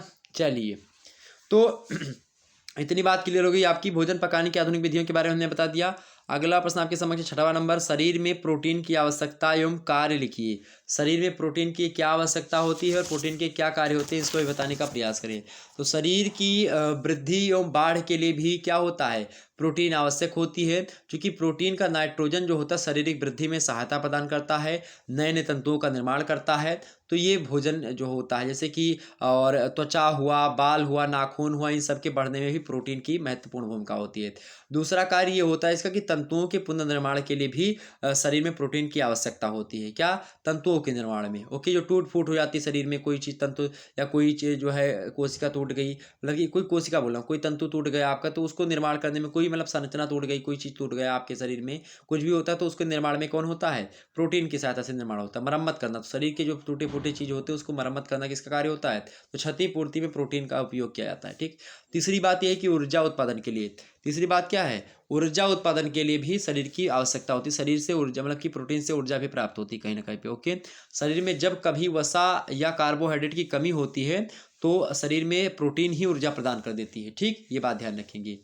1 ग्राम प्रोटीन जो होता है 4 कैलोरी ऊर्जा प्रदान करता है। ठीक, चौथी बात यह है आवश्यकता शरीर में कि एंजाइम हार्मोन के निर्माण के लिए भी शरीर के लिए आवश्यक होता है कौन, प्रोटीन। ठीक, और अब प्रोटीन का कार्य यहाँ पर पूछा गया, प्रोटीन का कार्य क्या होता है भाई, इसको आप समझ लीजिएगा। प्रोटीन का कार्य, पहला कार्य ये होता है कि शरीर निर्माण कार्य जो है इसका, प्रोटीन मुख्य रूप से शरीर निर्माणक भोज्य तत्व होता है। दूसरा कार्य इसका ये होता है कि शरीर के टूट फूट के पुनर्निर्माण हेतु इसका कार्य होता है। तीसरा कार्य आप लिख सकते हैं, चोट लगने पर होने वाले रक्त प्रवाह को रोकने में प्रोटीन सहायता प्रदान करता है। चौथा कार्य इसका ये है कि शरीर की क्रियाओं को नियमित रूप से चलाने में सहायता प्रदान करता है। पांचवा कार्य प्रोटीन का होता है कि रोगों से बचाव हेतु प्रतिरोधी पदार्थ का निर्माण निर्माण करना होता है। छठवां कार्य इसका होता है कि जो है बफर्स की भांति कार्य करता है ये। सातवां कार्य है कि शरीर में आवश्यकता से अधिक अम्ल या क्षार जमा जब हो जाता है तो मतलब कि या फिर जमा होने से क्या करता है, रोकता है। आठवां कार्य इसका ये होता है कि पोषक तत्वों का संवहन करता है। और नौवां कार्य इसका होता है कि शरीर को शक्ति प्रदान करने का कार्य भी करता है। 10वां कार्य आप लिख सकते हैं कि शरीर की वृद्धि करना हुआ, शरीर के क्षतिग्रस्त ऊतक को, जो ऊतक होते, टिश्यू होते हैं या तंतु होते हैं, उनकी मरम्मत करना हो तो यही कार्य करता है। 11वां कार्य होता है कि दांत, त्वचा, नाखून, अस्थि मज्जा, रक्त कण हुए, उनका निर्माण करना हुआ तो कौन करता है, यही करता है प्रोटीन। हार्मोन्स और एंजाइम का निर्माण करता है। 12वां कार्य आप लिख सकते हैं। 13वां कार्य आप बता सकते हो जीव द्रव्य के निर्माण में भाग लेता है। 14वां कार्य बता सकते हो आवश्यकता अनुसार शरीर को ऊर्जा भी प्रदान करता है। ये तो ये कई कार्य हो गए जो कि हमने प्रोटीन के कार्य आपको बता दिए। ओके, आगे बढ़ते हैं। 7वां नंबर प्रश्न है आपके, संतुलित आहार की विशेषता बताइए। संतुलित आहार की क्या विशेषताएं होती भाई, संतुलित आहार की क्या विशेषताएं होती, बड़ा अच्छा प्रश्न आपसे पूछ लिया गया है। संतुलित आहार की क्या विशेषता होती है, बताने का प्रयास करें। संतुलित आहार की क्या विशेषताएं होती हैं, फटाफट से बताने का प्रयास करें। जितने भी लोग देख रहे हो, संतुलित आहार की क्या विशेषताएं होती हैं, आप लोग फटाफट से बताने का प्रयास करेंगे। संतुलित आहार, संतुलित आहार की क्या विशेषता होती है। तो पहली विशेषता ये होती है, पहली विशेषता क्या है कि संतुलित आहार में क्या होता है, प्रोटीन, कार्बोज, वसा, खनिज लवण, विटामिन, जल, इन सभी का समावेश उचित मात्रा में होता है। किसमें, संतुलित आहार में। दूसरी बात इसकी यह विशेषता कि जो है संतुलित आहार में हरी पत्तेदार सब्जियां तथा कच्चे फलों का उचित समावेश होना चाहिए। तीसरी बात इसमें यह है, इसकी विशेषता ये है कि कच्चा टमाटर हो गया, सालद हो गए, मूली मतलब कि सॉरी सलाद हो गया, मूली, सलजम, गाजर, चुकंदर, नींबू, अमरूद, इन सभी का होना परम आवश्यक होता है संतुलित आहार में। चौथी बात इसकी ये है संतुलित आहार की कि आहार में प्रतिदिन परिवर्तन कर देना चाहिए और उसे आकर्षक एवं मोहक बनाने का प्रयत्न करना चाहिए। जितना ही आकर्षक होगा भोजन, उतना ही अच्छा संतुलित आहार वो बन जाएगा। पांचवी चीज ये है कि संतुलित आहार व्यक्ति के व्यवसाय के अनुसार, उनकी आयु के अनुसार, उनके लिंग के अनुसार, उनके जलवायु के अनुसार उनको देना चाहिए। ओके, और छठवीं बात यह थी कि आहार की पौष्टिकता का उसी स्थिति में लाभ उठाया जा सकता है जब आहार दूषित ना हो तथा पाचनशील हो। बासी तथा अधिक समय तक रखा आहार क्या हो जाता है, विषाक्त हो जाता है, अतः उसे उपयोग में नहीं लेना चाहिए। और सातवीं इसकी विशेषता ये कि संतुलित आहार में व्यक्तिगत आवश्यकताओं के अनुसार आवश्यक पोषक तत्वों की मात्राएं होती हैं कि किसी व्यक्ति को कितना चाहिए उसके हिसाब से देनी चाहिए। आठवीं चीज़ ये है कि संतुलित आहार में समस्त पोषक तत्वों का जो है स्थान होना चाहिए, चाहे आपका कार्बोहाइड्रेट हो, चाहे प्रोटीन हो, चाहे वसा हो, चाहे खनिज लवण हो, चाहे विटामिन हो, चाहे जल हो, सभी की मात्रा उचित में होनी चाहिए। और नवीं मात्रा चीज़ इसकी ये है कि संतुलित आहार में पोषक तत्व जो होते हैं आवश्यक मात्रा में होनी चाहिए और उचित अनुपात में भी होनी चाहिए। और भी आप चीज़ें लिख सकते हैं जैसे कि उचित मात्रा में कैलोरी प्रदान करता हो ऐसा पोषक तत्व होना चाहिए। संतुलित आहार में सभी भोज समूहों के भोज्य पदार्थ सम्मिलित होने चाहिए। तो ये कई चीज़ें हैं जो कि हमने आपको बता दी। ओके, आगे बढ़ते हैं। अगला प्रश्न, 8वां नंबर प्रश्न, धमनी से आप क्या समझते हैं, धमनी एवं शिरा में क्या अंतर होता है, बताने का प्रयास करें। धमनी से आप क्या समझते हैं, धमनी और शिरा में क्या अंतर होता है। मोस्ट इंपोर्टेंट प्रश्न है, एग्जाम्स में आ सकता है। धमनी और शिरा की बात की जाए, सबसे पहले आपसे पूछा क्या जा रहा है कि धमनी क्या होती है, धमनी क्या होती है, धमनी और शिरा में क्या अंतर होता है, ये प्रश्न है आपके लिए। ओके, बड़ा ही अच्छा प्रश्न है, एग्जाम्स के पॉइंट ऑफ व्यू से एग्जाम्स में आ सकता है। हालांकि ये प्रश्न जो है आपका दीर्घ उत्तरीय टाइप का प्रश्न था, लेकिन हमने आपको इसमें ही दे दिया। चलिए, लेकिन आप लोग देख लीजिए ध्यान से, धमनी क्या होती है और शिरा क्या होता है, इन दोनों में क्या अंतर होता है, इसको मैं आपको बताने का प्रयास करता हूँ। आसानी से आप लोग सुनने का प्रयास करेंगे सभी लोगों को। धमनी क्या होती है और शिरा क्या होती है, आइए समझते हैं हम। ओके, धमनी और शिरा में अंतर देखिए, देखा जाए भाई, धमनी और शिरा में क्या अंतर होता है, आप लोग अगर पता है तो फटाफट से कमेंट सेक्शन में लिखने का प्रयास करें। हालांकि आपको पता क्या, आप उसमें से अगर लिखने का प्रयास करेंगे तो उतना लंबा आप क्वेश्चन का आंसर लिख भी नहीं पाएंगे, लेकिन चलिए मैं आपको बता दे रहा हूँ, आप सुन तो सकते हैं। चलिए, धमनी क्या होती है, धमनी बात की जाए तो धमनी एक प्रकार की रक्त जो बहने की श्रृंखला होती है, बहने की एक प्रकार से नली जो होती है उसको धमनी कहा जाता है। तो धमनी एक प्रकार की रक्त वाहिका होती है जो संपूर्ण शरीर में शुद्ध रक्त को प्रवाहित करती है। क्या, जो शुद्ध रक्त बहता है किसमें बहता है, धमनियों में बहता है, ये बात ध्यान रखेंगे। तो आइए हम धमनी और जो है शिरा की मतलब की अंतर को समझते हैं। पहला अंतर इसका ये होता है, धमनी में चमकीले लाल रंग का शुद्ध रक्त होता, मतलब शुद्ध रक्त का प्रवाह होता है, जिससे वे लाल दिखाई पड़ती। कौन, धमनी का रंग कैसा होता है, लाल लाल होता है। और जो बात की जाए जो है सिराओं की, तो सिरा की बात की जाए तो सिराओं में अशुद्ध रक्त होने के कारण से इसका रंग नीला सा हो जाता है। कैसा रंग हो जाता है? नीला सा हो जाता है। दूसरा अंतर धमनी और सिरा का ये है कि धमनियाँ जो होती हैं अधिकांश रूप से मांसपेशियों की गहराई में होती हैं, जबकि जो सिराएं होती हैं मेरे प्यारे दोस्तों, सिराएं त्वचा के समीप होती हैं और उन्हें त्वचा के रूप में देखा जा सकता है। जबकि तीसरा अंतर देखें अगर धमनी और सिराओं के बीच में, तो धमनी के रक्त का प्रवाह हृदय से अंगों की ओर होता है, जबकि सिराओं का कहाँ से होता है? रक्त का प्रवाह जो होता है सिराओं के रक्त का प्रवाह अंगों से हृदय की ओर होता है। जबकि धमनी में क्या होता है? धमनी में हृदय से अंगों की ओर प्रवाह होता है, सिराओं में जो होता है शरीर से हृदय की ओर प्रवाह होता है। ओके, ये बात ध्यान रखेंगे। तो अंगों से हृदय की ओर प्रवाह होता है सिराओं में। चौथा अंतर होता है कि धमनी की दीवारें अत्यंत लचीली होती हैं और ये चिपकली भी, मतलब कि चिपकती नहीं है। कौन? क्या चिपकती नहीं? कौन सी? धमनी की जो दीवारें होती है चिपकती नहीं, अधिक लचीली होती हैं। जबकि जो सिराएं होती हैं उनकी दीवारें कैसी होती भाई? उनकी दीवारें कड़ी होती हैं और कड़ी होने के कारण से क्या होता है? रक्त का जो प्रवाह होता है, रक्त का जो परिसंचरण होता है उसकी शिथिलता हो जाती है और उसके कारण से चिपक सी जाती हैं। ओके। पांचवा इसका अंतर यह है कि धमनी में रक्त हृदय की गति से प्रभावित होने के कारण से झोंके से आता जाता है, अतः रक्त की गति लहर की भांति होती इसमें। जबकि सिराओं की बात की है तो सिराओं में रक्त का प्रवाह समान गति से होता रहता, धीरे धीरे। ठीक। छठवां अंतर इसका यह है कि धमनी में रक्त का दबाव जो होता है अधिक होता है, जबकि सिराओं में रक्त का दबाव क्या होता है? कम होता है। सातवां अंतर इसका ये होता है कि धमनी में दबाव बिंदु या नाड़ी जो स्पंद स्थान जो होता है वो होता है, जबकि सिराओं में ऐसी कोई व्यवस्था ही नहीं होती है। ठीक, ये बात ध्यान रखेंगे। और आठवां बता सकते हैं आपकी केवल फुफ्फुस धमनी में अशुद्ध रक्त होता है, फुफ्फुसों में रक्त ले जाने के कारण इसे धमनी कहा जाता है, जबकि केवल फुफ्फुस सिराओं में शुद्ध रक्त होता है। ये सिराएं फुफ्फुसों से शुद्ध रक्त लेकर के बहती हैं, अतः सिरा उसे कहा जाता है जिसमें क्या क्या होता है? सिरा में क्या होता है? केवल फुफ्फुस सिराओं में शुद्ध रक्त होता है। ठीक। और ये सिराएं फुफ्फुसों से शुद्ध रक्त को बाहर ले जा करके जाती हैं या बाहर निकालती हैं, तो वही उसी को जो बाहर निकालती है उसी को हम सिरा कहते हैं। क्लियर हो गई बातें?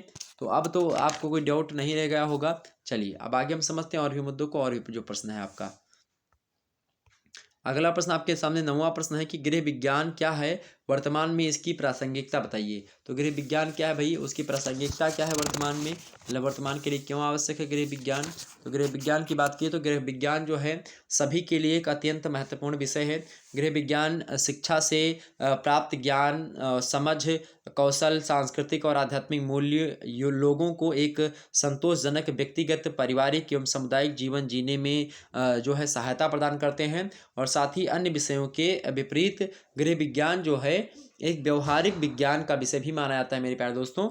तो इसके कारण से क्या होता है कि दैनिक जीवन में जो होता है व्यापक रूप से, खास करके बात की जाए तो व्यापक रूप से उपयोग किया जाता है गृह विज्ञान को, और व्यवहारिक विषय के रूप में हम अपनी क्षमताओं को व्यक्त करने और नेतृत्व के गुणों को विकसित करने के लिए गृह विज्ञान अर्थात गृह विज्ञान की शिक्षा हमारे लिए आवश्यक होती है और ये हमारे लिए अवसर भी प्रदान करती है। गृह विज्ञान शिक्षा एक जिम्मेदार नागरिक बनने के गुण भी विकसित करती है। गृह विज्ञान शिक्षा छात्रों को भोजन की पौष्टिकता का ज्ञान कराती है। यह परिवार की समस्याओं को सुलझाने के विभिन्न समाधानों की जानकारी भी प्रदान करती है। गृह विज्ञान शिक्षा क्या करती है? स्वरोजगार स्थापित करने में भी सहायता प्रदान करती है। गृह विज्ञान के विभिन्न क्षेत्रों से प्राप्त तकनीकी ज्ञान को छात्र व्यक्तिगत और व्यवहारिक लाभ के लिए उपयोग कर सकते हैं। गृह विज्ञान नाम से ही ज्ञात हो जाता है कि यह घर के प्रत्येक सदस्य के स्वास्थ्य व खुशी से संबंधित विषय होगा। गृह विज्ञान और विज्ञान संकाय एक जो है अंतः विषयक क्षेत्र होते हैं जो छात्र को स्वयं विकसित करने के लिए व्यावसायिक और कैरियर के विकल्प प्रदान करते हैं। यह एक बहुआयामी क्षेत्र के कारण विभिन्न लेखकों, चिकित्सकों और शोधकर्ताओं द्वारा व्यापक रूप से परिभाषित किया गया है। गृह विज्ञान की शिक्षा ने शिक्षण और अनुसंधान के क्षेत्र में एक प्रमुख रोजगार क्षेत्र के रूप में स्वयं को कायम रखा है। नर्सरी स्कूल, परिवार नियोजन एजेंसियों, परिवार परामर्श केंद्रों, पूर्व प्राथमिक शिक्षा प्रशिक्षण केंद्रों, कृषि अनुसंधान केंद्रों, समाज कल्याण विभाग, यूनिसेफ, FAO केयर अर्थात CARE आदि ऐसे क्षेत्र हैं जहां गृह विज्ञान स्नातक एवं स्नातकोत्तर छात्र उपयुक्त स्थान पर जो रोजगार प्राप्त कर सकते हैं। पोषण सलाहकार, आहार विशेषज्ञ, खाद्य विशेषज्ञ और राष्ट्रीय पोषण संस्थान आदि अपने अन्य करियर के जो रूप में चुन सकते हैं गृह विज्ञान के छात्र छात्राएं। और इसके साथ ही गृह विज्ञान स्वरोजगार के अवसरों के लिए भी अधिक संभावनाएं प्रदान करता है। और फैशन डिजाइनिंग हुआ, सिलाई केंद्र हुआ, नर्सरी स्कूल हुआ, खिलौना उद्योग हुआ और कैटरिंग यूनिट हुआ, खाद्य प्रसंस्करण हुआ, इन सभी क्षेत्रों में जो है जहाँ स्वरोजगार मिलने की संभावना रहती है वहाँ पर जो है जो छात्र छात्राएँ गृह विज्ञान को पढ़े होंगे उनके लिए वो आवश्यकता जो है एक प्रकार से होगी वहाँ पर, और नीड उसकी ही होगी गृह विज्ञान की। तो गृह विज्ञान बहुत ही अच्छा विषय है और ऐसे आप लिख सकते हैं, कोई दिक्कत की बात नहीं इसमें। तो इतने प्रश्न आपके हो गए। आप जो दीर्घ उत्तरीय टाइप के प्रश्न हैं इनको देखिए थोड़ा सा, केवल 2 प्रश्न यहाँ से करने होंगे आपको, खंड सा है ये। और जितने भी लोग हमारे साथ नए जुड़ रहे हैं, जितने भी हमारे भाई बंधु, हमारे भाई बहनें जितने भी हमारे साथ नए जुड़ रहे हैं, सभी लोग फटाफट से वीडियो को लाइक और शेयर कर दीजिएगा। ओके, फटाफट से बड़ी मेहनत करने के बाद में वीडियो आपको आपके समक्ष प्रस्तुत होती है। 500 शब्दों में आपको उत्तर लिखना है और इसके एक प्रश्न का उत्तर आप 5 शब्दों में, 2 प्रश्नों के उत्तर देने हैं, 1000 शब्दों में आपको देना पड़ेगा। अगला प्रश्न है मेरे प्यारे दोस्तों, यहाँ पर देखेंगे प्रश्न क्या है कि भोजन पकाते समय विभिन्न पोषक तत्वों पर क्या प्रभाव पड़ता है और सावधानियां बताइए। अर्थात भोजन पकाते समय किन मतलब कौन कौन सी सावधानियां हमको रखनी चाहिए और पोषक तत्वों पर क्या प्रभाव पड़ता है भोजन पकाते समय। ठीक है, तो ये जो है पहला प्रश्न है, एग्जाम से में आ सकता है। अगला प्रश्न देखिएगा, अगला प्रश्न है कि मानव कोशिका का सचित्र वर्णन कीजिए, मतलब कि चित्र भी बनाना है आपको मानव की कोशिका का। ये भी प्रश्न बढ़िया एग्जाम से में आ सकता है। अगला प्रश्न देखते हैं, 12वां नंबर प्रश्न आपकी परीक्षा की दृष्टि से बहुत ज़्यादा महत्वपूर्ण है। स्त्री प्रजनन तंत्रों के प्रमुख अंगों और उनके कार्यों की विवेचना कीजिए। मोस्ट इंपॉर्टेंट प्रश्न एग्जाम्स की दृष्टि से। अगला प्रश्न, इन सभी प्रश्नों को आप लोग पढ़ लीजिएगा या फिर जल्द ही मैं आपको वीडियो देने का प्रयास करूंगा। हालांकि वीडियो के जो है आप लोग सब्सक्राइब कर दीजिए चैनल को, अगर हो सकेगा तो मैं वीडियो दूंगा। ऐसा मैं एक प्रकार से वादा तो नहीं करता लेकिन कोशिश जरूर करूंगा। ठीक, लेकिन आपको बता दें कि जो है ज़्यादा से ज़्यादा मटेरियल हमने यूट्यूब पर चैनल पर डाल दिया है, आप लोग उसको देख लीजिएगा। बहुत ज़्यादा डाटा आपको वहीं से मिल जाएगा और आप अच्छे तरीके से अच्छा अंक प्राप्त करेंगे। 13वां नंबर प्रश्न है, पियाजे के बोध विकास सिद्धांत को विस्तार से लिखिए। अब इसका उत्तर मैं आप लोगों को इसलिए नहीं बता सकता क्योंकि बड़ा लंबा लंबा उत्तर आपका ये हो जाएगा, 5 शब्दों वाला उत्तर, तो वैसे बताएंगे तो आपके समझ में कम आएगा, इसीलिए मैं सोच रहा हूँ यहाँ पर बताना उचित ना होगा। ओके, अगला प्रश्न है 14वां नंबर, वसा क्या है, वर्गीकरण, पाचन और अवशोषण को स्पष्ट कीजिए और उनका कार्य भी स्पष्ट कीजिए। हालांकि आपकी परीक्षा में 4 ही प्रश्न दीर्घ उत्तरीय के दिए जाएंगे, उनमें से आपको केवल दो करने होंगे, लेकिन हमने यहाँ पर 5 रखा है। ये 5 प्रश्न आप लोग तैयार कर लीजिएगा। और जो अगला मेरा मॉडल पेपर है जो इससे पहले हमने दिया था, तो उस मॉडल पेपर को भी देख लीजिएगा, उसमें हमने और अच्छे अच्छे प्रश्नों को रखा है, उसमें भी हमने प्रश्नों के उत्तर बताए। तो अगर आप लोगों ने वो भी देख लिया वीडियो, ये भी देख लिया, और लिखित वाले चाहे हों चाहे अगर ऑब्जेक्टिव वाले हों, सभी वीडियो को दोनों पूरे के पूरे वीडियो को आप 2 से 3 बार देख लीजिएगा और निश्चित तौर पर आपको अच्छे अंक प्राप्त होंगे। ओके, चलिए फिर मिलते हैं हम नेक्स्ट वीडियो में, तब तक के लिए जय हिंद जय भारत। लेकिन आपको बता दें उससे पहले कि अगर आप लोगों ने ये वीडियो नहीं देखी तो अभी अभी ये आपकी वीडियो जो है हुई है, इसको आप लोग देख लीजिएगा। उसके बाद में आपकी बात की जाए तो ये वीडियो जो है आपके समक्ष पहले से अवेलेबल हो चुकी है, इसको देख लीजिएगा। उसके बाद में ये वीडियो भी देख लीजिए, बहुविकल्पीय प्रश्नों को याद करने का सबसे तरीका ये, और उसके बाद में जो है पढ़ने का तरीका सही क्या है इसको भी देख लीजिएगा। ये तो ये सारी की सारी वीडियो आप लोग देख लीजिएगा, और ये वीडियो बहुत अच्छी वीडियो है जो कि हमने अभी भी आपको दी है आज ही। सेमेस्टर परीक्षा और वार्षिक परीक्षा में टॉप करने का एक प्रकार से सुनहरा मौका आप लोगों के समक्ष है। अगर 2022 में अगर आप लोगों ने टॉप किया तो कैसे किस कारणों से टॉप करेंगे, आखिरकार कौन कौन से ऐसे तरीके हैं जिनके कारण से आप अच्छे अंक प्राप्त करके एग्जाम्स में अपनी यूनिवर्सिटी में या फिर अपने कॉलेज में टॉप कर सकते हैं, तो वो चीज़ इसमें बताई गई हैं। चलिए फिर मिलते हैं नेक्स्ट वीडियो में, तब तक के लिए जय हिंद जय भारत। आप सभी को बहुत बहुत धन्यवाद हमारे साथ जुड़ने के लिए। इसी प्रकार से अपना प्यार दुलार हमेशा से बनाए रखें। बहुत बहुत धन्यवाद।